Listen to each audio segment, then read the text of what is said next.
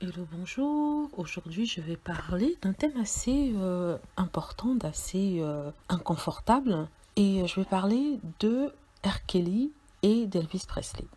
Donc, si vous vous souvenez, R. Kelly est en prison depuis, je crois, un certain temps, depuis près de 7 mois, sinon 8, peut-être plus d'ailleurs. Il a été accusé d'avoir emprisonné ses anciennes petites copines. Il est aussi accusé de les avoir utilisées, les avoir abusées sexuellement alors qu'elles étaient mineures. L'une d'entre elles devait avoir 17 ans.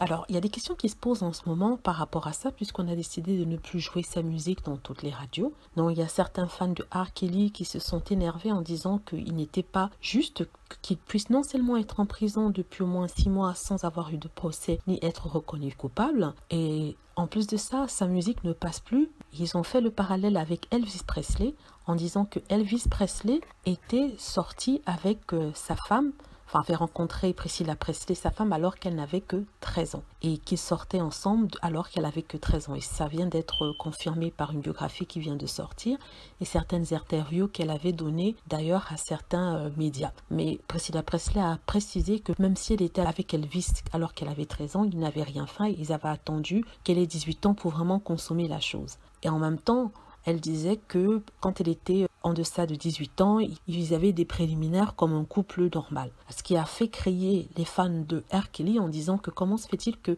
cette dame confirme que Elvis Presley était un pédophile puisqu'il sortait avec une fille de 13 ans, mais comment se fait-il que sa musique soit toujours passée sur toutes les ondes alors que R. Kelly qui est sorti avec une fille de 19 ans et 17 ans étant l'âge de consentement dans l'état où il était, il se retrouve non seulement en prison, mais en plus de ça, sa musique ne passe pas.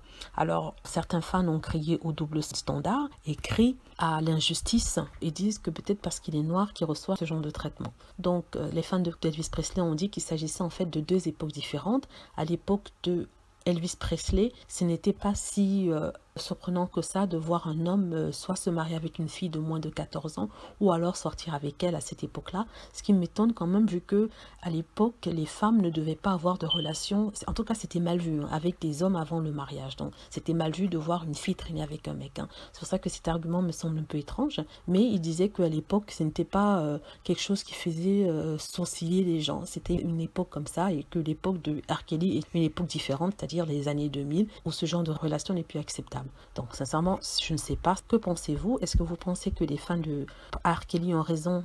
Donc, dites-moi ce que vous pensez. Est-ce que vous soutenez cet argument-là? Voilà, j'espère que vous avez aimé la vidéo. N'hésitez pas à cliquer sur like si c'est le cas, à vous abonner pour plus de vidéos et aussi à cliquer sur la petite cloche afin d'être averti lorsque je poste une nouvelle vidéo. Merci.